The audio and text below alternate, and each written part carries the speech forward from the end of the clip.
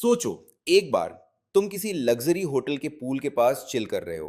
अचानक तुम्हारे फोन पर बार बार 1,000 रुपए की पेमेंट नोटिफिकेशंस आनी शुरू हो जाती हैं। न तुम ऑफिस जा रहे हो, न किसी शॉप को मैनेज कर रहे हो, फिर भी अकाउंट में रेगुलर इनकम आ रही है। ये कोई मैजिक नहीं है, ये डिजिटल प्रोडक्ट बिजनेस का कॉन्सेप्ट है। अगर तुम सही प्लानिंग के साथ कुछ महीने इस पर काम करो, एक वैल्यूएबल डिजिटल प्रोडक्ट क्रिएट करो और उससे लॉन्च करो, तो उसके बाद इंटरनेट और लैपटॉप के थ्रू दुनिया के किसी भी कोने से अपना बिजनेस मैनेज कर सकते हो। मेरा नाम हर्ष है और इस वीडियो में मैं तुम्हें 5 सिंपल स्टेप्स में बताऊंगा कि 2026 में डिजिटल प्रोडक्ट बिजनेस कैसे स्टार्ट किया जा सकता है। सबसे पहले गेम को समझते हैं। डिजिटल प्रोडक्ट क्या होता है? डिजिटल प्रोडक्ट कोई भी ऐसी चीज होती है जो ऑनलाइन डाउनलोड या एक्सेस की जा सके, जैसे PDF guides, planners, checklists, meal plans, workout programs, templates, e books, video courses और बहुत कुछ।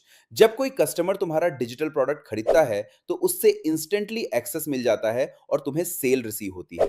अब सवाल आता है कि लोग किसी डिजिटल प्रोडक्ट के पैसे क्यों देंगे?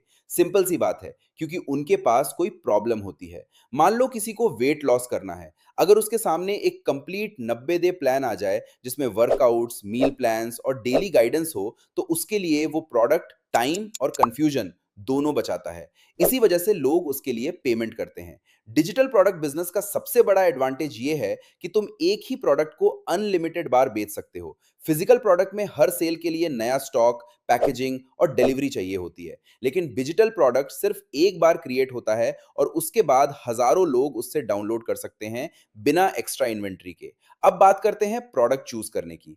मैं एक सिंपल फॉर्मूला फॉलो करता हूं जिसे मैं 3 P फॉर्मूला बोलता हूं। पहला पी है पेन। सबसे पहले ये आइडेंटिफाई करो कि लोग किस प्रॉब्लम से स्ट्रगल कर रहे हैं। जितनी बड़ी प्रॉब्लम होगी उतनी ही डिमांड सॉल्यूशन की होगी। दूसरा पी है पैशन। ऐसा टॉपिक चूज करो जिसमें तुम्हारी जेन्युइन इंटरेस्ट हो। अगर तुम खुद उस सब्जेक्ट को एंजॉय करते हो तो बेटर कंटेंट क्रिएट कर पाओगे। तीसरा पी है प्रॉफिट। खुद से पूछो, क्या लोग इस सॉल्यूशन के लिए पैसे देने को रेडी होंगे? जब पेन, पैशन और प्रॉफिट तीनों एक साथ मिलते हैं, तब स्ट्रॉन्ग प्रोडक्ट आइडिया तैयार होता है। उसके बाद मार्केट डिमांड वैलिडेट करो। फेसबुक एड्स लाइब्रेरी में अपने टॉपिक का कीवर्ड सर्च करो। अगर उस टॉपिक पर मल्टीपल एड्स चल रही हैं और कुछ एड्स कई दिनों से एक्टिव हैं, तो इसका मतलब है कि मार्केट में उस प्रोडक्ट की डिमांड है।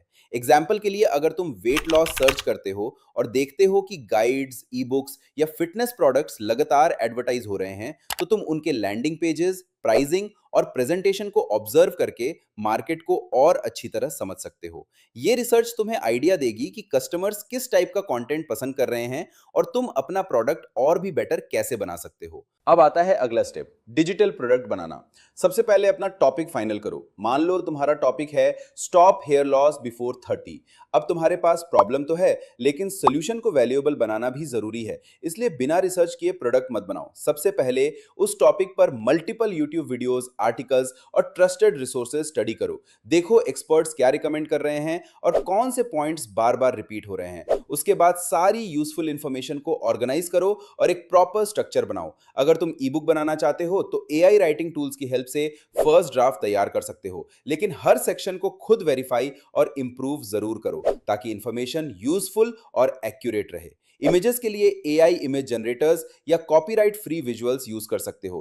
फिर कैनवा या किसी डिजाइन टूल की हेल्प से एक क्लीन और प्रोफेशनल लुकिंग ई बुक रेडी कर लो। अगर वीडियो कोर्स बनाना है तो पहले पूरा रोड मैप लिखो। डिसाइड करो कि कितने मॉड्यूल्स होंगे, हर लेसन में क्या कवर होगा और किस ऑर्डर में स्टूडेंट्स को सिखाया जाएगा। उसके बाद एक एक लेसन रिकॉर्ड करके कंप्लीट कोर्स तैयार कर लो। अब प्रोडक्ट रेडी हो गया, लेकिन अब सबसे इंपॉर्टेंट क्वेश्चन, इससे सेल कहाँ करोगे? अगर तुम बिगिनर हो और तुम्हारे पास ऑडियंस नहीं है तो ऑनलाइन मार्केटप्लेसेस एक अच्छा ऑप्शन होते हैं। यहाँ लोग ऑलरेडी डिजिटल प्रोडक्ट सर्च करते रहते हैं, इसलिए तुम्हारे प्रोडक्ट को ऑर्गेनिक एक्सपोजर मिल सकता है। दूसरा ऑप्शन है अपनी एग्जिस्टिंग ऑडियंस। अगर इंस्टाग्राम, यूट्यूब, फेसबुक या किसी और प्लेटफॉर्म पर तुम्हारे फॉलोअर्स हैं तो तुम डायरेक्टली उन लोगों को अपना प्रोडक्ट इंट्रोड्यूस कर सकते हो। अगर कंटेंट वैल्यूएबल होगा और ऑडियंस तुम पर ट्रस्ट करती होगी तो सेल्स आना काफी इजी हो जाता है।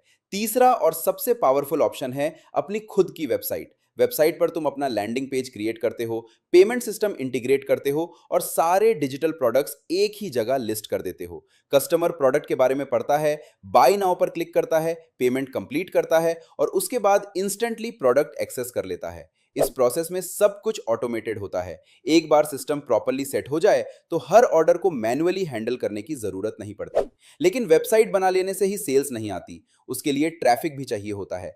ट्रैफिक ऑर्गेनिक कंटेंट से भी आ सकता है और पेड एडवर्टाइजिंग से भी। एक सिंपल लैंडिंग पेज बनाओ जहां प्रोडक्ट का क्लियर बेनिफिट, फीचर्स, कस्टमर के प्रॉब्लम्स और सॉल्यूशन प्रॉपरली एक्सप्लेन किया गया हो। जितना सिंपल और इजी चेकआउट प्रोसेस होगा, उतना ही कन्वर्जन इंप्रूव होगा। अब आता है फाइनल स्टेप, अपने डिजिटल प्रोडक्ट को प्रमोट करना। सिर्फ प्रोडक्ट बना देने से सेल्स नहीं आती, लोगों को उसके बारे में पता भी चलना चाहिए। इसलिए मार्केटिंग बहुत इंपॉर्टेंट रोल प्ले करती है। सबसे कॉमन मेथड्स है ऑर्गेनिक कंटेंट और पेड एड्स। ऑर्गेनिक में तुम Instagram reels, YouTube videos, shorts, blogs या सोशल मीडिया पोस्ट के थ्रू अपनी टारगेट ऑडियंस तक पहुंच सकते हो। जब लोग तुम्हारा कंटेंट देखते हैं और उससे वैल्यू मिलती है, तब वो नेचुरली तुम्हारे प्रोडक्ट में इंटरेस्ट दिखाते हैं। अगर तुम पेड मार्केटिंग करना चाहते हो तो फेसबुक और इंस्टाग्राम एड्स का यूज कर सकते हो। सबसे पहले अपने प्रोडक्ट के लिए एक अट्रैक्टिव एड क्रिएटिव बनाओ। इसमें क्लियर हेडलाइन, स्ट्रॉन्ग हुक और प्रोडक्ट के मेन बेनिफिट्स होने चाहिए। आज के टाइम पर एआई टूल्स की हेल्प से एड कॉपी और क्रिएटिव्स का फर्स्ट ड्राफ्ट काफी जल्दी तैयार किया जा सकता है। उसके बाद सेल्स कैंपेन क्रिएट करो और अपनी टारगेट ऑडियंस सेलेक्ट करो। मान लो तुम वेट लॉस गाइड सेल कर रहे हो, तो तुम्हारी एड्स उन लोगों को दिखाई जा सकती हैं जो फिटनेस, डाइटिंग, हेल्दी लाइफस्टाइल या वेट मैनेजमेंट में इंटरेस्ट रखते हैं। जब एड सही ऑडियंस तक पहुंचती है तो सेल्स के चांसेस भी काफी इंप्रूव हो जाते हैं। लेकिन याद रखो, पहली एड हमेशा परफेक्ट नहीं होती। मार्केटिंग में टेस्टिंग बहुत जरूरी होती है। अलग अलग हेडलाइंस, इमेजेस, वीडियोस और ऑफर्स टेस्ट करो। जो वर्जन सबसे अच्छा रिजल्ट दे, उसी को स्केल करो। इसी तरह धीरे धीरे तुम समझ जाओगे कि किस टाइप का प्रोडक्ट ज्यादा बिकता है, किस प्राइस पॉइंट पर लोग परचेज करते हैं और किस ऑडियंस से बेस्ट रिस्पॉन्स मिलता है। Digital product business overnight success का मॉडल नहीं है। इसमें रिसर्च, प्रोडक्ट क्रिएशन, टेस्टिंग और इंप्रूवमेंट के लिए टाइम देना पड़ता है। कई लोग अपना पहला प्रॉफिटेबल प्रोडक्ट ढूंढने में कुछ महीने लगा देते हैं और ये बिल्कुल नॉर्मल है।